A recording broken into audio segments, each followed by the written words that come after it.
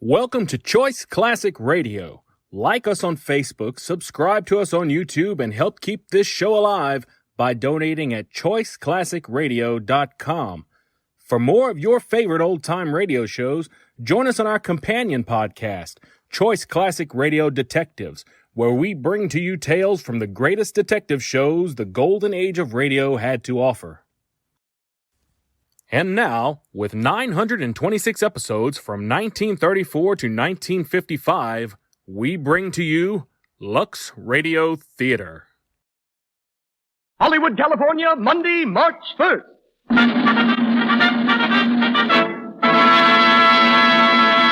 The Lux Radio Theater presents Charles Winninger in Cappy Ricks with Sally Eilers and Richard Allen.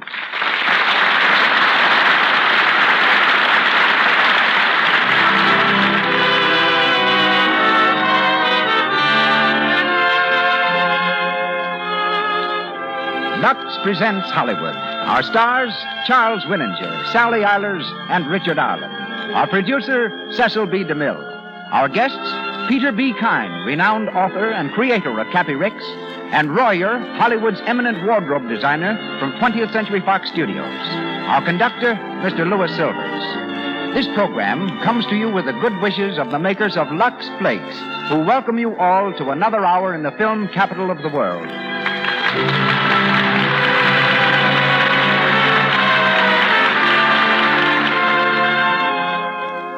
Before we start Cappy Ricks, a word about the product which sponsors tonight's play, Lux Flakes.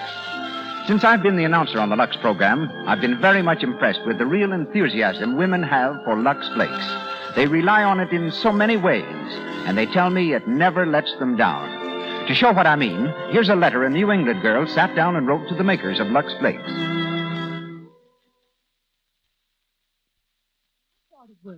I found that in order to buy a pair of stockings every week, I had to give up too many good times. I decided to try Lux Flakes and see if it made any difference. I found that with Lux, I only needed to buy a pair a month. Now I use nothing but Lux Flakes on stockings and dainty underwear. And with the money I save every year, I'm able to pay for half of my vacation.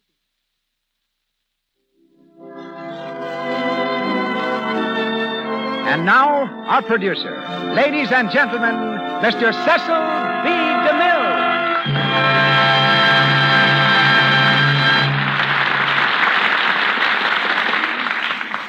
Greetings from Hollywood, ladies and gentlemen.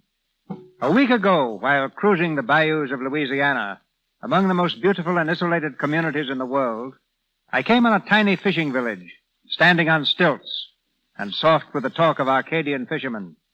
Situated on Bayou Barataria, it was named Lafitte, for the pirate and patriot I'm to make the hero of my next picture, the Buccaneer. To this little town, Lafitte returned from his raids, laden with spoils, his dark, handsome face flushed with the conquest of Spanish merchantmen. And here he auctioned off his loot. Entering the general store to buy provisions for the rest of our journey, I looked into the corners, where shadows sprawled like sailors gone to sleep. Instead of the chests of Spanish gold, the priceless fabrics of the East, and the heaps of jewels that reposed there when we bought Louisiana from Napoleon, on the shelves, I give you my word, there were neatly arranged cartons of Lux Flakes. I was as surprised and amused as when I observed some months ago the coincidence that Lux has been one of the words on my family crest for 870 years.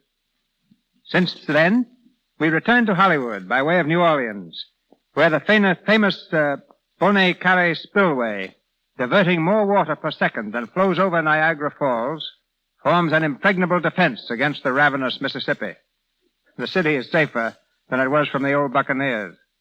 But tonight, our hero is not Jean Lafitte. It's Charles Winninger, who made his professional debut as a fiddling member of his father's troupe at the Chicago World's Fair in 1893. Like another fiddling prodigy, Jack Benny, Charlie realized after a time that he was hiding his talent under a Stradivarius. So he sold his violin and turned comedian. His talents are currently on view in Universal's Three Smart Girls. But millions remember him as Captain Andy in Ziegfeld's Showboat. Tonight he again wears gold braid in the role of Cappy Ricks, as peppery and old salt as ever shivered a timber. Heard as his daughter, Florrie, is Sally Eilers, who went from Max Sennett comedies to stardom in all 10 of Hollywood's important studios, and starred with James Dunn in the Academy Award winner, Bad Girl. She appears shortly with Jimmy in the Universal picture, We Have Our Moments. Tonight she has for her leading man, Richard Arlen, who prepared for this picture by appearing in more than 60 pictures. Dick has just returned from England, where he made The Great Barrier. We hear him tonight as Matt Peasley.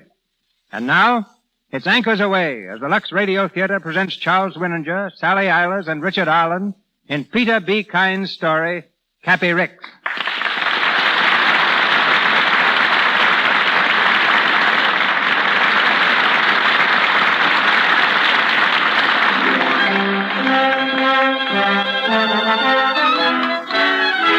San Francisco waterfront, where row after row of shipping offices face the busy wharves. On the steps of the Blue Star Line, Cappy Ricks, the president, faces a huge crowd of sailors and ship owners.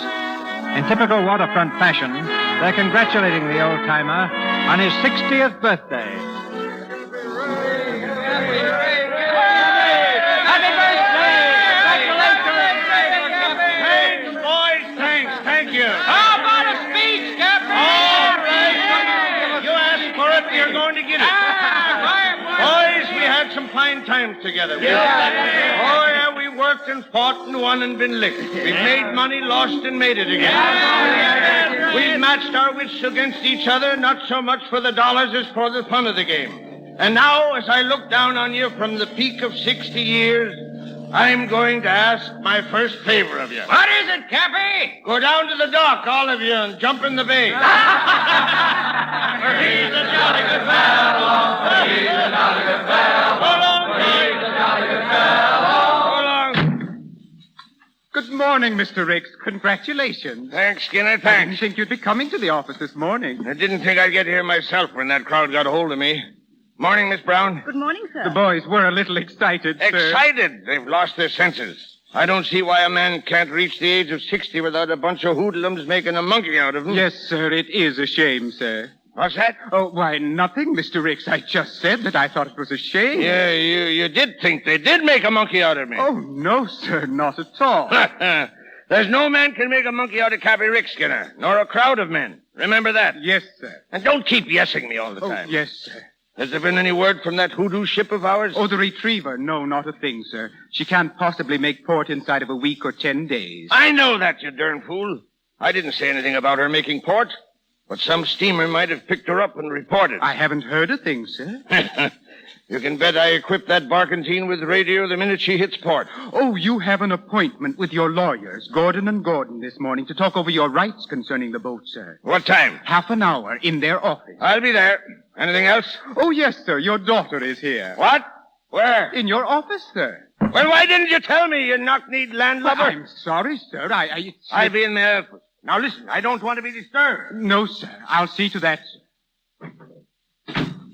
Hello, Florrie. Hello, Dad. How are you, darling? What are you doing down here at this hour? Your Aunt Lucy said you skipped out of the house before breakfast. I want to speak to you alone, Dad. Huh? What about? Well, first to congratulate you. I owe you 60 kisses, you know. One for each year. That's so. I'll collect them on the installment plan. One at a time. All right. Here's the first. That is a good one. Must be something behind it. Dad. Come on, out with it. How much do you want this time? Not a penny. No? No. It's something more than money, Dad. Something I want terribly. Mm-hmm. Well? It's what I was speaking about the other night at dinner. Now, Florrie, don't start that all over again. But, Dad... I told you once and for all that I don't want you working down here at the office. But, Dad, listen... In the first place, it ain't necessary. And in the second place, you don't know anything about the shipping business anyhow. But I do. I've been around the docks with you ever since I was old enough to walk. And I've listened to you talk every night at dinner for the last 15 years. I know as much as anyone knows, and I want to come in with you. Work with you. Now, Florrie, listen to me. I don't know why I should be talked seriously about this. It's silly. But I want to tell you something. The shipping business is no business for a girl. It's a man's game, a fighting game. It's give and take every minute of the day. If I went and took you in as a partner, my competitors would laugh me off the waterfront. I don't have to be a partner. No, nor anything else around here. I won't have it. Is that your final answer, Dad? Absolute. Oh, Florrie, now, don't act so hurt. I'll do anything in the world for you except this. I can't do this. It's all right. But I haven't given up yet. Now, Florrie. You always said I was stubborn. You certainly are. And that I take after you. Yes. You're too much like me for your own good. Oh, Mr. Ricks. Yes, what is it? Your appointment with Mr. Gordon, sir. It's almost time. All right. Don't rush me. Oh, no, sir. I didn't mean to rush. Well, get me a cab. Oh, yes, sir. And be quick about it. We've got to get out of here. Oh, yes, sir.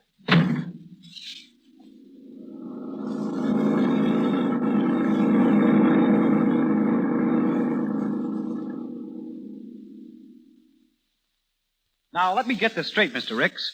You say your ship, the Retriever, lost its captain off Cape Town? Yes, he got sick. It was very sudden. I see. And the mate took over command? Yes. Fellow by the name of Matt Peasley. Look, Mr. Gordon. When's your pa coming back? He knows the whole story from bow to stern. He's away, Mr. Ricks. Won't be back for a week. I'm taking charge. Yeah. All right, go on. Now, as I understand it, you didn't want Matt Peasley to act as captain. Why should I? I don't know the fella. Never laid eyes on him. So I wired him I was sending another captain to take over the ship. And what do you suppose that scallywag did? What? Wired us that he was going to bring the ship back himself. And if we sent on another captain, he'd chuck him overboard. What did you do then? I'll tell you what I did. I hunted up the biggest, toughest captain I could find. A big, burly Swede. A two-fisted human bull who's licked everything on the seven seas. And I shipped him off to Cape Town with orders to beat Mr. Peasley to a pulp and bring what was left of him back in the Retriever. I see. Now, here's what I want to see you about. That ship will be in here within a week or 10 days, and the minute she comes to anchor, they'll bring the pieces of Mr. Matt Peasley ashore. Then what's left of him will begin to yell for the police. So I want to know just where I get off at. The assault took place in a foreign port? But on an American ship flying the American flag. Now, don't forget that.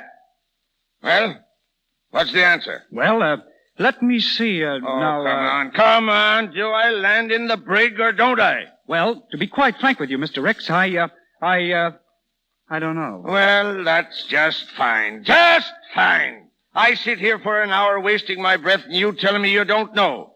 What's a maritime lawyer for, anyhow? When my father gets back. You see, it's a very unusual case. I'm sorry, Mr. Ricks. All right. Forget it, son. A youngster can't know everything about this business. I'll look up the case records. Never mind. I ain't got time. And the ship ain't due for a week. You just tell your pa to give me a hail as soon as he hits port. Oh, yes, sir. Thank you, sir. Oh, forget it. Well, come on, Skinner. Oh, I beg pardon, Don't sir. sit there with your mouth hanging open. We got work to do. Oh, yes, sir. Yes, sir. So long, son. Goodbye, sir.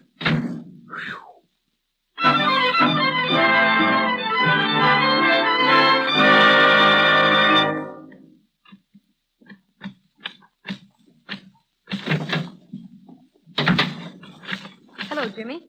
Oh, hello, Miss Ricks. Did my father get back yet? No, ma'am. I guess he's still over at Gordon and Gordon. Is Miss Brown in? Nope. Out to lunch. Everybody's out to lunch except me. What's the matter with you, Jimmy? Oh, I gotta stay and mind the office, and I got some important typing to do. And you're starving, I suppose. Well, I haven't eaten since breakfast, but I guess I can last another 5 minutes or so. You go ahead out. I'll do the typing. Oh, you think it'll be all right? Sure, run along. Gee, thanks. Thanks, Miss Ricks. Don't be long, though. I won't.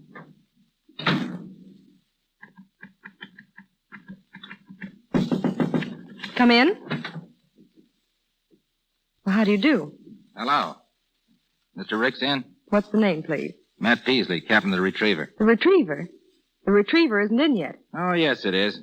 Anchored off of Meg's Wharf not 20 minutes ago. Who's in command? Me? But Captain Peterson. Oh, you mean that big, sweet old Rick sent out to Cape Town to take charge? Yes. I brought him ashore and sent him up to the Marine Hospital. What? You mean to say that you licked him? Well, if I hadn't, he'd have licked me. Hey, you ought to take a peep at him. For heaven. I'm afraid I don't understand. Oh, excuse me, but I can't help it. It's too funny. Do you know that fight has been the talk of this office for the past 3 weeks? Yeah? Everybody took it for granted that Captain Peterson would win. Been on Rick's mind, huh? Night and day. He's talked of it, boasted of it, gloated over it. You see, you're the only man in his employ who ever defied him. Well, he probably needs someone to tell him off once in a while. It's just an old windbag anyhow. What? Oh, I guess I shouldn't have said that, huh? You've got to be loyal to him working in his office and all. Working? You're his secretary, aren't you? Well, not exactly. Been with him long? Long? Oh, yes. Ever since I was a little girl. He's been like a father to me. He's not so bad when you know him. Bark worse than the bite, huh? That's it. Tell me something. How on earth did you get the retriever back so fast? You weren't due for a week. Oh, just luck, I guess. Oh, luck wouldn't speed you up 7 days. Well, I've been at it ever since I was 14. Was the retriever your first command? Yeah, that's why I jumped at the chance. I couldn't let that big ape Peterson take it over. Oh. You know, Mr. Ricks is pretty powerful. He could keep you from getting another boat. Well, I expect him to do that. What are you going to do? Me? I'm going to give up the sea. I'm going to go into the shipping business for myself. You are? That'll take money. Well, I found out that if you can show people a sure bet, it's a cinch to find the money. Oh, you have something sure. Dead sure. You see, I know where I can pick up a couple of ships right now. And for $10,000, I could swing the whole deal. Buy up the options, turn around and sell the boats, and net a profit of 100%. That'd be enough to give me a start. You could do that for $10,000? Sure. You could? Yeah, I got half of it now. All I need is another 5. Captain Peasley, if I get $5,000, would you take me in with you? You? As a partner. Are you kidding? No, I'm not. Where would a secretary get $5,000? Oh, well, you see, I have a brother who has plenty of money. He'll let me have some to invest in a sure thing like this. You're a funny kid. What's your name? Brown. Ellen Brown. You don't seem quite sure of it. Of course I am. Well, I'll tell you, Miss Brown, you better think it over before... Oh, I don't have to think it over. I know right now. All right, meet me tomorrow and we'll draw up the papers. Where? Jasper's Wharf, 10 o'clock. I'll be there, but I'm... I say it ain't the retriever. It's Mr. Ricks. He's coming in. He mustn't see us together. Here, what's the matter? I'll get out the back way. Don't forget, 10 o'clock. Right. No. I tell you, it's impossible. But he said he was sure it was the retriever, sir. Oh, wait a minute. Well, young fella, who are you? I'm a Blue Star officer, sir. I can see that by your cap, you idiot. Just come from the docks? Yes, sir. You know my barkentine retriever when you see her? Yes, sir. The retriever's anchored off of Meg's Wharf. There, sir. Are you sure, young fella? Absolutely. Well, I guess it must be true, Skinner. That squarehead captain was made good. List him for a better ship. Yes, sir. Now, mate, what do you want? I've come to report, sir. From what ship? The retriever. Why doesn't Captain Peterson report himself? He was taken to the Marine Hospital as soon as we docked. He got sort of smashed up in Cape Town. Who smashed him? I did, sir. Then you're... Yes, sir, I'm Matt Peasley. Why, you freshwater gumdrop. What do you mean by standing there and lying to me? Don't you call me a liar. This is my office. I'll call you Take what I back like. what you said or I'll heave you out that window. What? Why, you pea-green deck swabber. Mr. Ricks, Captain Peasley, Stand please. back. If he was a couple of years older, I'd wring his neck for him. By older, you mean it. I mean what I say. I don't fight with kids. Now, mate, you listen to me. You beat up Peterson. I did. It was a pleasure. You know what it means? It's mutiny on the high seas. That's what it means. Captain Peterson had credentials. He might have had them, but he didn't present them. He climbed on board and presented his 2 fists. And you bashed him in, huh? Right. I suppose you know you've made us more trouble than any other man we've had in our employ. That's your fault, Mr. Ricks. My fault? Look here, yeah, you if you'd young let me snipe. alone. Yeah, if you'd let me alone, I'd have brought that boat back and there wouldn't have been any trouble. Well, you'll never get the chance to bring back another. You're fired. You can't fire a man that's already quit. And now, Cappy Ricks, goodbye. Don't call me Cappy. All right, then, Mr. Ricks. And write this in your log. The next time you pick a fight with one of your employees, make mighty sure he isn't from Thomaston, Maine, where they turn out real sailors. Goodbye. Peasley. Thomaston, Maine. Peasley, of course. What is it, Mr. Ricks? I know that boy. I knew his father. The finest family of sailors that ever hauled a rope. Skinner, I want that boy for our line. But you just told him... Never mind that. You go find him and bring him back here. That boy's going to work for me.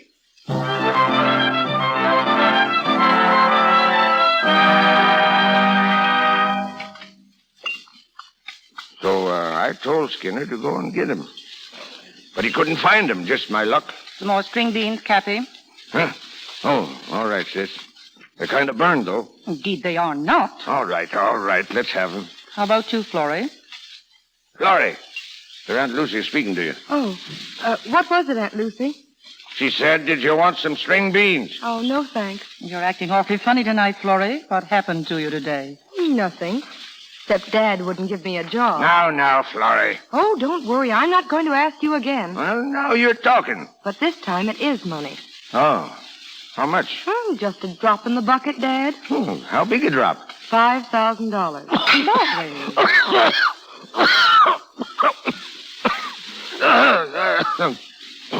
That ain't a drop, it's a splash. What do you want it for? Charity again?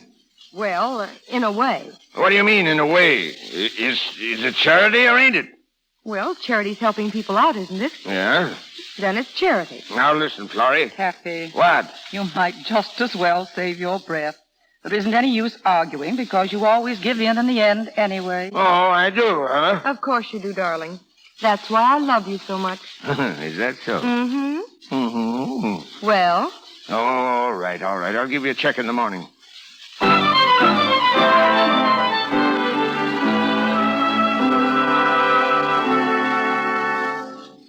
Oh, come right in, Captain Peasley. Well.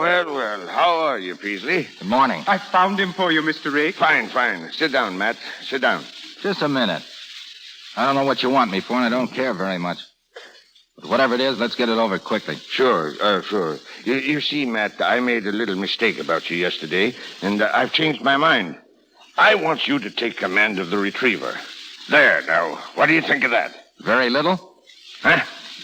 I don't want the job. Why not? Because I'm going into business for myself.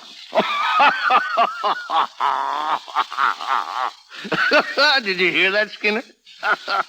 He's going into business for himself. Whose peanut stand are you going to buy out? I'm going into the shipping business, Mr. Ricks. What? It takes you down a little, doesn't it? I got a partner with money. We drew up the agreement this morning. From now on, Mr. Ricks, you've got a competitor. Why? A real one. Huh? We'll make you square, Mr. Ricks. You'll wish you'd never heard of me. Skinner, show this man out. No, don't show him out. Throw him out. Mr. Rick. I can go myself. You bet you can go. You're fired. Do you hear? You fired me yesterday. Well, you're fired again today. Now get out of here and start your business. And when I've skinned you clean down to your hide, come back and see me. If I'm in a good humor, I might lend you a barrel.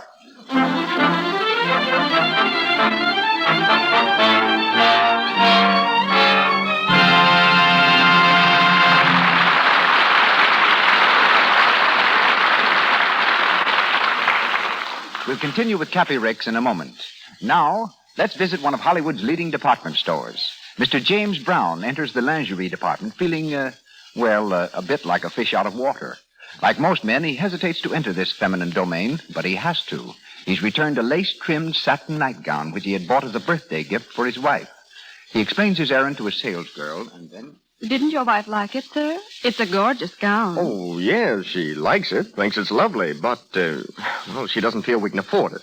It's probably my fault. I've heckled her quite a bit about clothes bills. But, Mr. Brown, this gown is pure dye satin. Will wear for ages. That is, if it's washed carefully. Huh? Well, how do you wash the things? Well, I always advise Lux Flakes. Tell your wife to turn it wrong side out before washing it. Look, why don't you take the gown home again and take along with it this Lux washing leaflet? Well... I know if she washes it with Lux Flakes, the gown will stay new looking for so long, she won't think it's a bit extravagant. Well, I guess I will take it back. She really liked it. And thanks for the tip about Lux. Yes, that salesgirl is right. If you use Lux Flakes, even the daintiest lingerie will stay like new so long that it isn't extravagant. Lux underthings after every wearing. This protects daintiness and at the same time keeps the garment new looking. So for daintiness and economy, always wash underthings in Lux. And now, back to Mr. DeMille. Once more, we bring you Cappy Ricks with Charles Winninger, Sally Eilers, and Richard Arlen.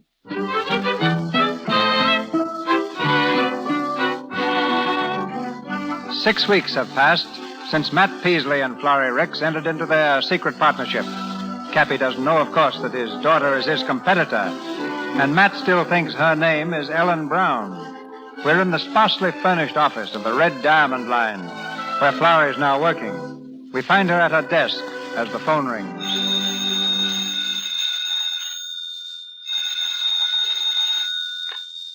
Red Diamond Line. Is this Matt Beasley's office? Yes, sir. Then by the pink-toed prophet, I want to talk with him. This is Mr. Rick speaking. Mr. Peasley's busy just now. So am I, and I haven't any time to waste arguing with a female windjammer. Are you wasting it? What's that? If you're trying to get fresh with me, young lady, you'd better think twice. I'm not taking any fancy talk from anyone, man or woman. Who's that on the phone, Ellen? Wait a minute, Matt. Hello? May I take a message, Mr. Ricks? What? I said, may I take a message? Hey, what?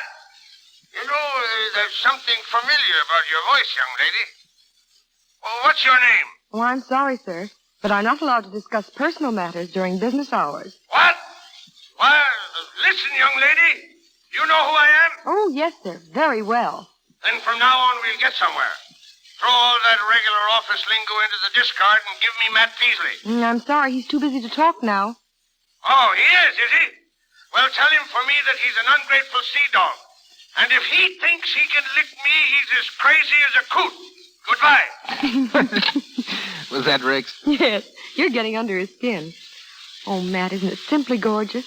Things are beginning to break. Say, they've broken already. You remember what you told me about that Mason and Barber's contract expiring with Rick's? Yes? Well, we landed that contract. No. Yeah, it's all signed, sealed, and delivered and in my pocket. We'll make $5,000. He told That me... wipes out what you borrowed. He told me I didn't know anything about the shipment of it. Huh? Who? Oh, nothing. Nothing, Matt. It's just that I'm happy. You don't know how happy. Oh, Ellen, you're a wonder. It's been fun, hasn't it? Wondering if anything was going to happen. Almost going overboard, and now everything working out just the way we wanted it. Oh, it's been the grandest 6 weeks I've ever known.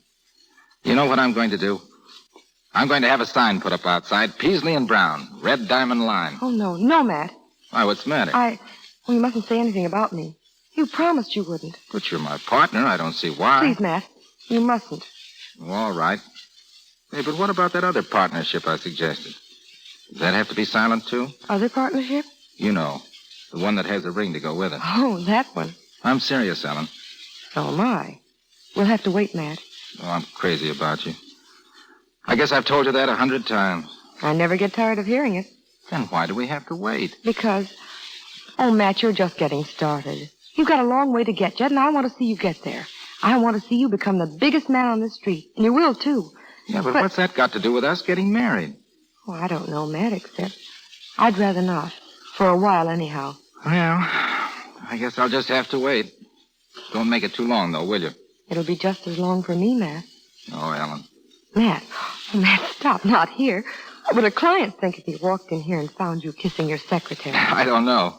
But I'll bet a schooner against the door that he'd try to hire you away.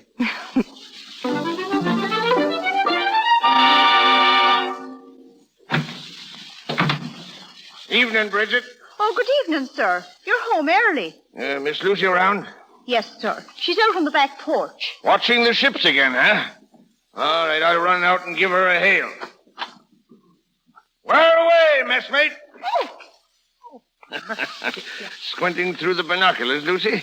Plain startled me, Cappy. I can't be startled when you're on duty, Lucy. You're mistress of my home port, aren't you? There are times when I wonder. Was the ship you were looking at coming in or going out? Coming in. Was she wearing the blue star? No, a pennant I never saw before. A yellow field with a red diamond. Oh, blast the red diamond. Why, Alden P. Ricks. Excuse me, sister, but that's just the way I feel. Red diamond, red diamond. That's all I've been hearing for the last 10 weeks.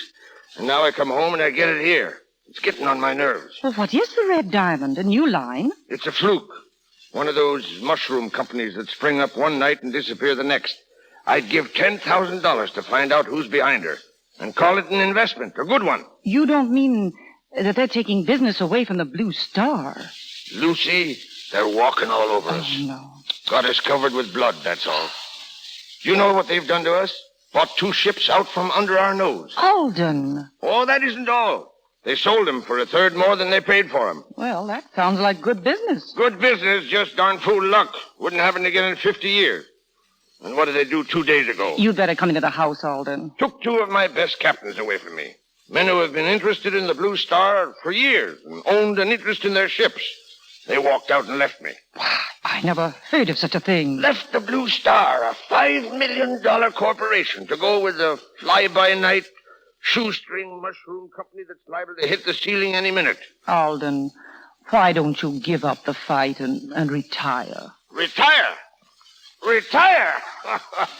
Plenty of time for a man to retire when he's old. I'm only 60. Quit and let that boy whip me? By the horn toad, I will not. No, sir. Why, Lucy, I'm tickled to death over this fight. By the time I've demolished, pulverized, and obliterated this Red Diamond outfit, I'll be 10 years younger.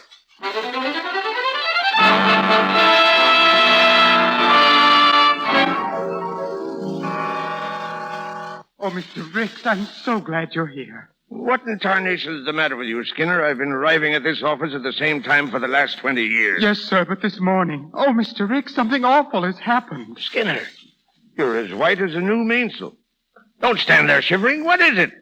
What's the bad news? It's the Baxter contract. Well, what of it? Morgan Baxter's one of our oldest customers. He was, Mr. Ricks. What's that? You told me to run over this morning and sew up his business for the coming year. Of course I did. Baxter's the biggest contract we've got.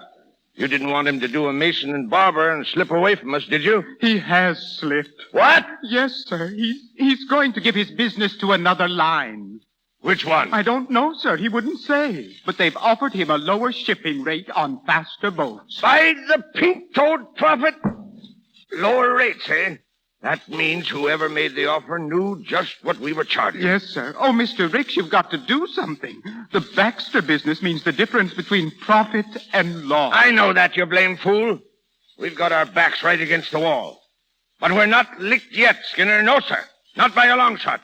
We've got to start fighting. But we have been fighting. All I want to know is which line it was that underbid us. That's all. You don't suppose it was the Red Diamond? The Red Diamond? Oh, but Mr. Ricks. Could a 10-cent outfit like that underbid the Blue Star? No, sir, but I have... Would they know what we were charging? No, sir, only there have been... Ah, Skinner, you're a waddling landlubber. Yes, sir. Red Diamond. Red Diamond. Oh, yes? That's pretty rich, yes? Oh, yes, one moment. It's for you, Mr. Ricks. The Red Diamond line calling. Huh? What do they want? I don't know. Hello? Hello. Well, you don't have to yell. I'm not yelling. I can hear you. This is Matt Peasley talking. Oh, Matt Peasley. Well. Would you like that barrel now, Mr. Peasley, or will you wait a couple of weeks? Mr. Ricks, I'd like to rent a couple of your ships. Oh, you would? Well, that's fine. Rent a couple of my boats, eh? I'll pay you for them, of course. You see, I'm kind of rushed over here. What? Rush? Yeah, I expect to be very busy the next few months. I just signed that Baxter contract. What? I just signed the Baxter contract. Oh, you did, eh? Why, you double-dealing deckhand, you. You pork-swilling excuse for an able seaman. I'll have your hide for this. About those boats. No, you can't have them. You can't have anything, you double-crossing, slink-eyed cutthroat. All right. So long, Cappy. See you in the poorhouse. What? Hello? Hello? See me in the poorhouse, will you? See me in... Well, what are you standing around for, Skinner? Do something. Do something. But, Mr. Ricks, I don't know what He's got that contract. Do you understand? He stole it right from under your nose. My nose? Yes, your nose. Skinner, you're fired. Again? Yes, again. Wait a minute. Wait a minute. I got an idea. Come here, Skinner. But you just fired me. Well, now, wait. Don't get so touchy, Skinner. Listen. Did you say that Baxter said that the Red Diamond said they'd get faster boats? Is that what you said? I'm afraid I don't understand. Did the Red Diamond agree to use faster ships than the Blue Star? Yes, sir. Then we've got him. Got who? The Red Diamond. Skinner, there are only two ships in this port that are faster than the Blue Star boats. The Unicorn and the Island Shipper. We gotta buy them. Buy two boats? Yes, buy them. Peasley won't be able to live up to the terms of the contract. His boats won't be fast enough. And we'll get the business back again from Baxter. But two boats and finances the way they are, it will break us. Let it. It'll break the Red Diamond, too, and that's what I want. Skinner, get the owner of the Unicorn and the Island Shipper now. Have him come to the house the first thing in the morning. Tell him I'll have a blank check ready and he can name his own price.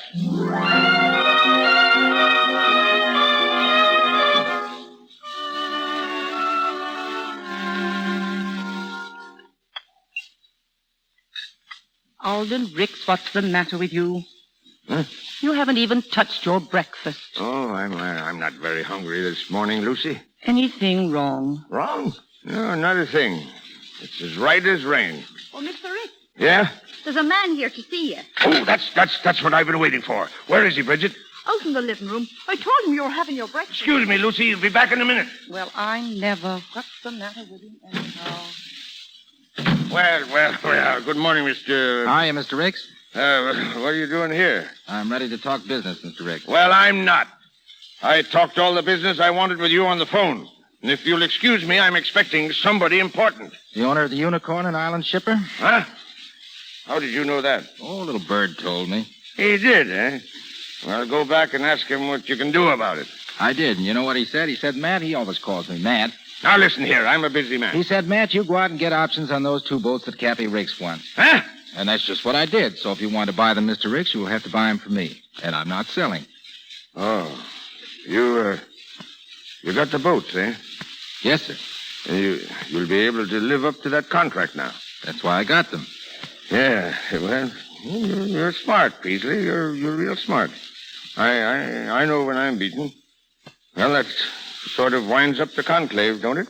I guess so. Yeah, you've done it all right. Mr. Ricks, You've licked me. Stripped off all my rigging. Well, I've ripped the rigging off of other fellas in my day. Yep. Good sailing. I'm finished, Peasley. Finished? You've done a complete job. About the only thing left for me to do is to write my own business obituary. You mean you're broke? Yeah. Clean. Dad. Hey, yes, honey. Ellen, what are you doing here? Ellen? Who's Ellen? I heard what you said, Matt. I couldn't help hearing it as I came downstairs. Why were you upstairs? Huh? Well, I'd like to know who's a better right to be up there. She's been in the habit of going up and down the stairs in this house ever since she was born. You didn't expect to take that away from the Ricks family, did you? The Ricks family? Yes, Matt. I'm Florrie Ricks. Oh, I see. Well, I don't. It's all very clear now. Can't you understand? It was all right fighting Dad. It was fun as long as it was only a lesson. It gave me the chance to prove I could do something. When I heard him tell you, oh, we mustn't ruin his business. That's Dad's life. Well, by the pink-toed prophet, will somebody be good enough to explain what's going on here in my own cabin? You didn't even tell me what your name was. I couldn't. You wouldn't have listened to me. You know you wouldn't have listened, Matt. Florrie, allow me to... But I did, didn't I? Oh, I should have known better than to take a woman as a partner. Now, look here, you young swab. This is my business, not yours. Matt, please. Oh, fine. Swell. Good joke, even if it is on me. You can have your Baxter contract, Mr. Ricks. I wouldn't touch it. But the fun isn't over. We've been fooling before, but now you're going to see some real fighting. Matt! Oh, Dad. Dad. Well, it looks like I'm about the biggest fool that ever walked the deck. So that's why you wanted that $5,000, so you could go into business with that... Oh, Dad, I'm sorry. I didn't know it would turn out like this. I only wanted to show you that I did know something, and now... Oh, Daddy hates me. Say, are you worried about him or me? He hates me. Well, he hasn't exactly expressed undying affection for me either. Oh, I'll never see him again. And a good thing, too. Oh, Dad, you don't understand. I love him. What? You love that knock-kneed, bow-legged excuse for a sailor? Oh, stop it! All right. He's not knock-kneed. But Florrie... Oh, Florrie, do you really love him? Yes. Yes. Well, by the pink-toed, she loves him. Lucy, come here, quick. I'll show that knock-kneed. I'll show that sailor he can't... Alden, Ricks, what's come over you? Stop dancing around that way. Go order the car, Lucy. The car? Yes, the car. Get my hat and stick for me. And where in thunder are my shoes? I can't go downtown in my slippers. But Alden, your breakfast. I'm not hungry. I'm filled up. I'll teach that young pup a lesson. Wants a fight, eh? Well, he'll get one. I'll make his blood tingle if it costs my last dollar. Lucy, where are my shoes?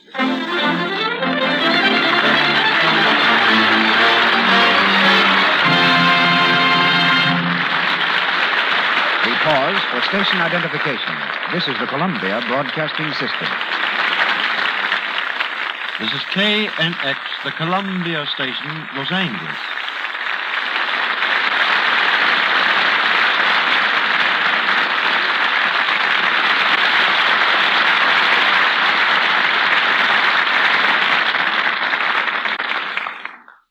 Charles Winninger, Sally Eilers, and Richard Arlen continue in Cappy Ricks shortly.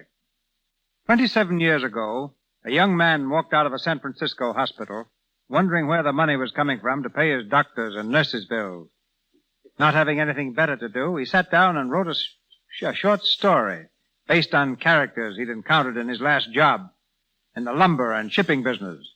The story was purchased immediately, and since then, the pen of Peter B. Kyne has never rested. Creator of Cappy Ricks, he has written 26 novels and over 300 short stories, 70 of which have been purchased by motion pictures. Ladies and gentlemen, Mr. Peter B. Kyne.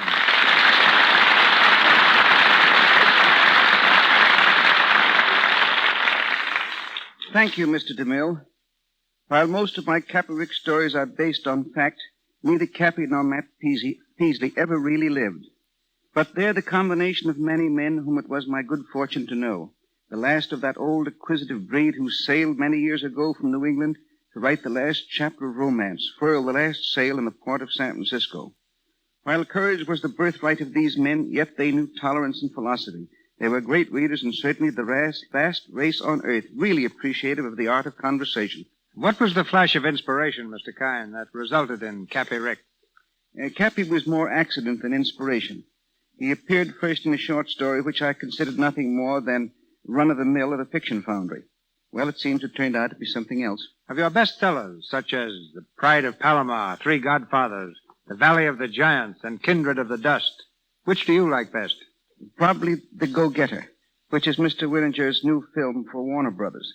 Not long after I had submitted it to Cosmopolitan magazine, I overheard a salesman taking an order for 100 copies of the new inspirational book by Peter B. Kyne. I wired my publisher that I had not written any inspirational story and to cease selling me under false pretenses. 2 hours later, I received a reply. You poor simpy informed me, you don't know what you write. The Go-Getter was one of the finest inspirational stories we've ever seen. As for royalties, you can thank heaven we'll pay you the same as heretofore. That was 15 years ago, Mr. DeMille, and copies of the book are still selling, but the publishers and I have never signed a contract. How much time, Mr. Kyne, do you give yourself to turn out a story? Well, the fastest work I ever did was on Three Godfathers and The Go-Getter. Each was completed between 8 in the morning and midnight. I take things easier now and think 3,000 words a day just about justify my existence. And since I haven't written a line today, I'd better get back to my typewriter right now. But before I do, I think you'd be interested to know, Mr. DeMille, that I used to wash Cappy Ricks in Lux Flakes. Excuse me, Mr. Kyne. Excuse me, but the fiction on this program is confined to the play. But this is true, Mr. DeMille. You see, Cappy Ricks was also the name of one of my dogs, an English setter. I thought a lot of Cappy, and knowing that anything safe in water alone is safe in Lux, I always washed him with it. It made his coat shine like a new penny, and I assure you, Cappy never shrunk once. Good night. Good evening, Mr. Kyne.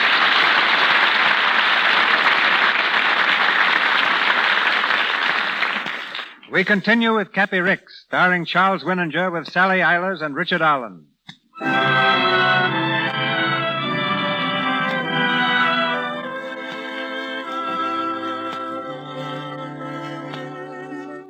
It's early the next morning.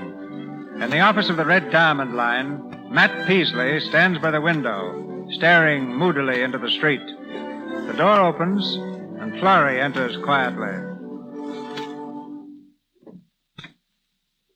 Matt. Ellen. Florrie now. Yes, I know. Well, Matt, I had to come down. I couldn't stand it any longer. Oh, I've started for your house at least 10 times. Why didn't you come? Fool pride, I guess. I'm sorry about yesterday. I just lost my head. Well, you had good reason to. Well, Matt, what are we going to do? Oh, I don't know. Your father was here yesterday. He threw the Baxter contract back in my face. Said he wasn't interested in charity. Said he'd rather get it by fighting or not at all. Matt, I've got to stick with Dad. You understand that, don't you? Oh, of course. He's an old man. He needs me. Maybe someday it'll all work out and we can go on like before. Maybe. I'll always love you, Matt, no matter what happens. Florrie, if your father got his business back again, pulled out of the rut, would it make any difference to you? I don't know what you mean. Well, if you didn't have to worry about competition and losing business, would you be free then to do as you want? I think so. Oh, but you're not thinking of... Oh, I don't know what I'm thinking of. All I know is that I've made a lot of money out of this business and had a lot of success, and it doesn't mean a thing. without you, Florrie. Oh, darling.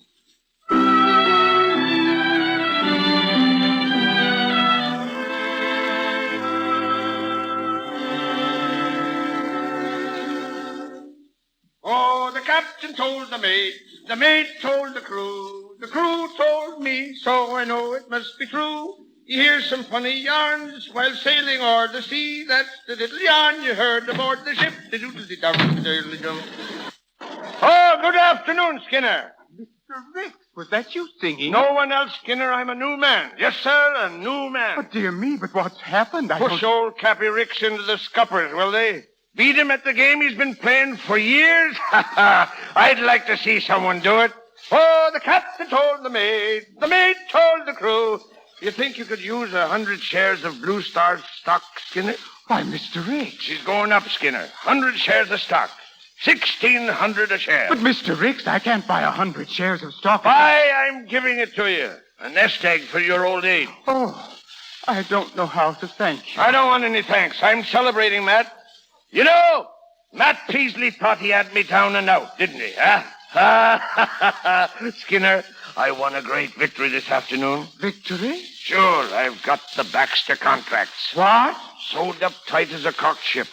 He called me up at the house an hour ago and begged me to come down. Then we won't have to close up. We'll climb up to new heights. The Blue Star's under fresh steam. You can't wallop an old sea dog and make him stay wallop. Oh, Mr. Ricks, what is it? Oh, Lord. I'm out of wind. Oh, here, sit down. Sit down, Mr. Ricks. Stay put. I'm all right. I just misjudged the old boilers. There.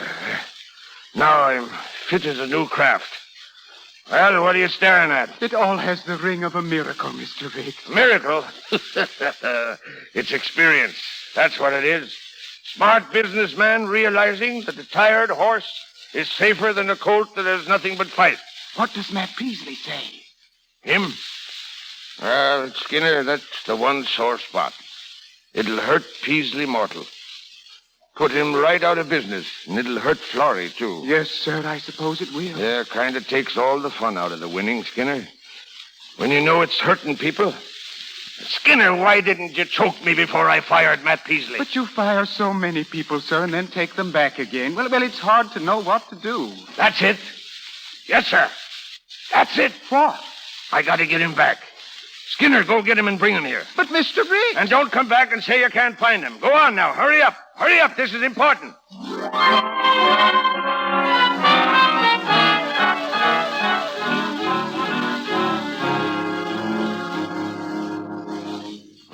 Well, come right in, Matt. Come in, Florrie. It took a woman to bring you in, eh, Peasley? Yes, sir. Well, Skinner, don't stand there. Get a couple of chairs for our guest. Oh, yes, Mr. Ricks. Well, Peasley, finally moored in the home port, eh? Looks natural here, don't he, Florrie? He certainly does, Dad. Mr. Ricks, Silence. Stand by. I'm in command of this ship. Well, what is it, Peasley? I wanted to come over and congratulate you, Mr. Ricks. Now you're talking... What's that? Well, I'm beaten. You whipped me. Oh. The Baxter contract set me up so no one could whip me. Now you have that contract, and I guess you know the rest. Yes, I know. You know more about this game than I do, and I guess I'm nothing but a rank beginner. Well, congratulations. Do you mean what you're saying? I do, sir. Well, scuttle my timbers. I want to apologize for the things I said when I first reported in this office. I'm also sorry about the way I acted in your home yesterday. Have you lost your mind, Peasley? Well, no, I hope I found it. Why, you lopsided landlubber, you've laid down and quit. You've lost your nerve, struck your colors. You despicable swab. Dad, Keep out of this, Florrie.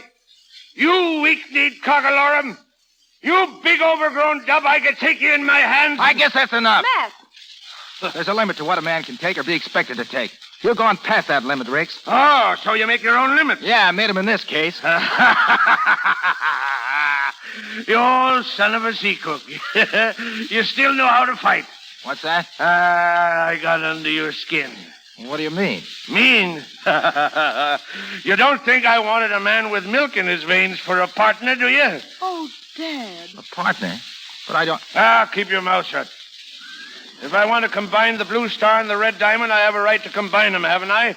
A man can do as he wants with the fruits of victory when he's outsmarted a clever enemy, can't he? Skinner! But I... What's the matter with Skinner? You don't suppose he collapsed trying to carry a couple of chairs around here? Skinner! You heard what he said, Florrie. Oh, Matt, I knew Dad wouldn't let you down.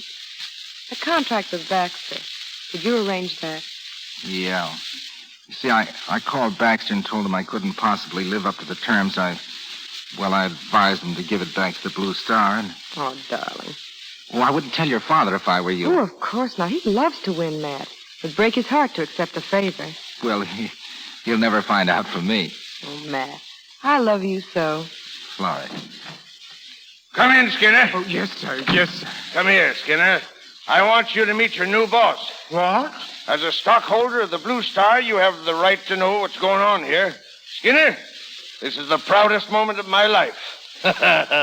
I licked the cuss 2 ways. And now, Mr. Peasley? I don't know what to say. Well, I'll do the talking for both. You told Florrie Ricks she cheated you, didn't you? Yes, but... You got pretty high and mighty with her, telling her she couldn't run up and downstairs in her own house, didn't you? Well, I've told Florrie... High-handed. That's what you were. You took the tiller, canvas, pilot house, and your teeth. Well, that's all right for a partner. But it's bad for a fiancé. Very bad, Matt. But wait a minute, Silence! I'm master of this craft. And now, my fine saltwater Lotharia, I'll give you 1 minute to propose to Florrie Ricks. And 30 seconds after you finish to kiss her. He's done that already. Oh, he has he? Then clear out of this office. How can we handle business with 2 lovesick calves mooning all over the place? Well, Mr. Ricks... Get out of here. Skinner, open the door. Yes, sir. Vamoose, and stay vamoose. I don't want to see either of you until after the honeymoon. Goodbye, darling. So long, Cappy. So long. Why, Mr. Ricks, what's the matter? Skinner, come here. Skinner, he thinks he fooled me. What's that? Matt, he thinks he handed me Baxter's contract on a silver platter. You mean he didn't? No, you blame fool. I was in Baxter's office when he called. I had the whole thing sewed up then. But how? I found out that the charter of the Red Diamond Line was taken out in the name of Matt Peasley and Ellen Brown. Well, there wasn't any Ellen Brown, and every one of their contracts was illegal. And he thinks he did you a favor. Yes! Skinner, I always told you that no man ever made a monkey out of Cappy Ricks. No, sir. No, sir, no. But that young whip came awfully close to it.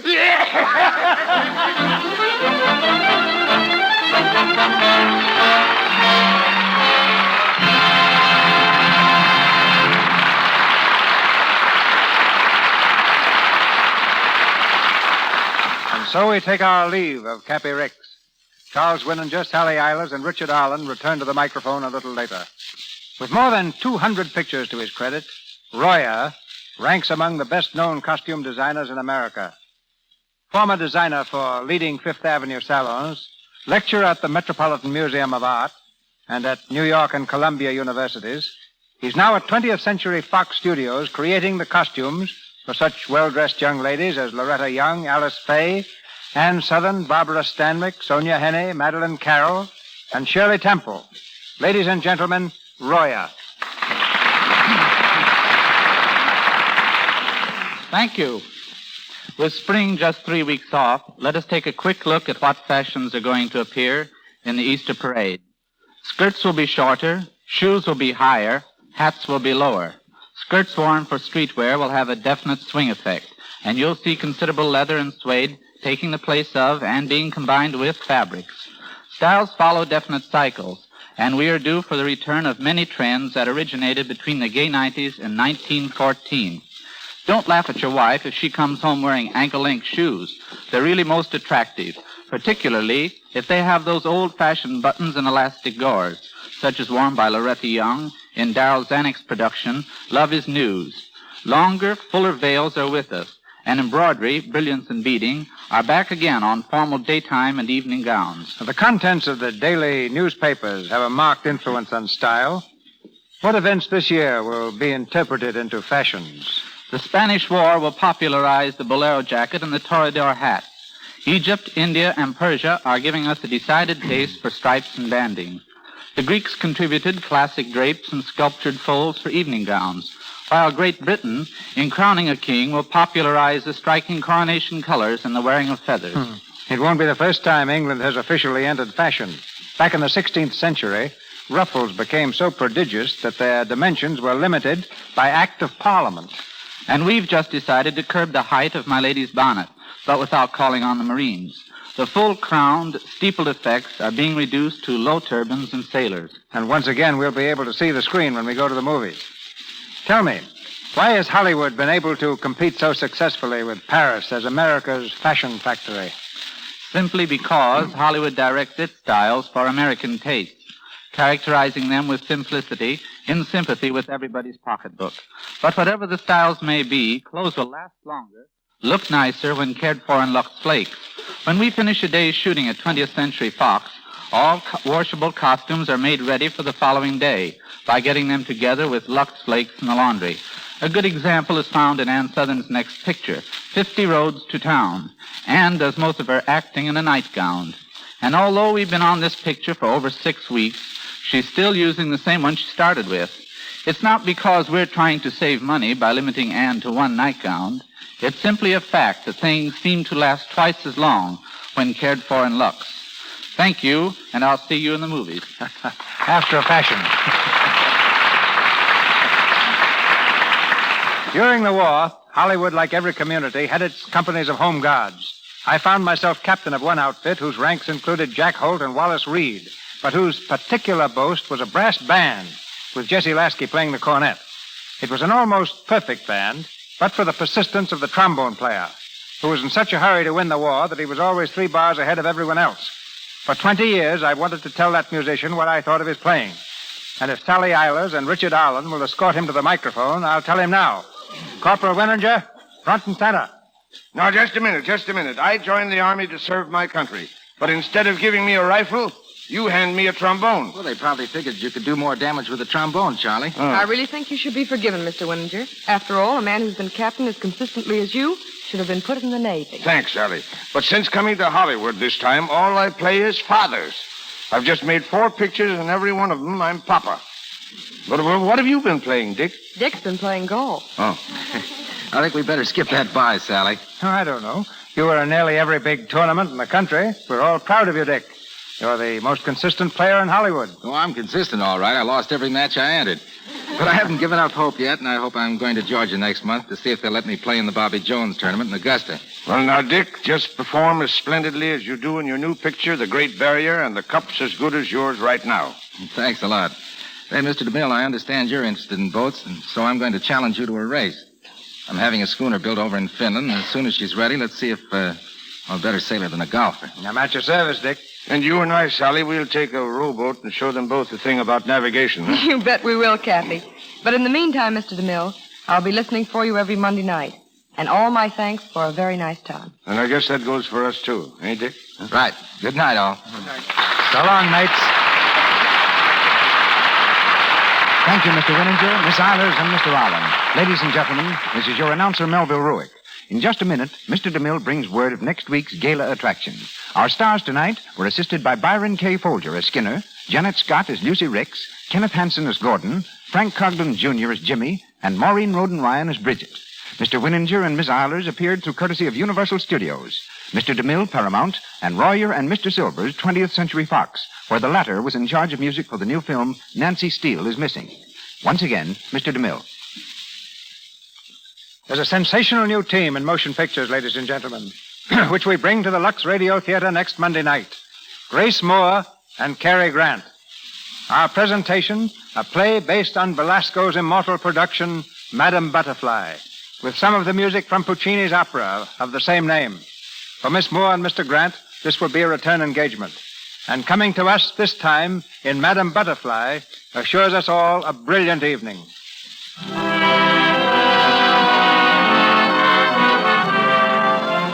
sponsors, the makers of Lux Flakes, join me in inviting you to be with us again next Monday night when the Lux Radio Theater presents Grace Moore and Cary Grant in Madame Butterfly. This is Cecil B. DeMille saying good night to you from Hollywood.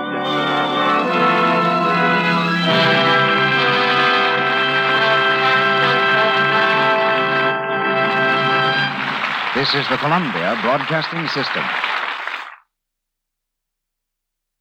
That concludes today's episode. We'd like to thank you and remind you to donate at choiceclassicradio.com.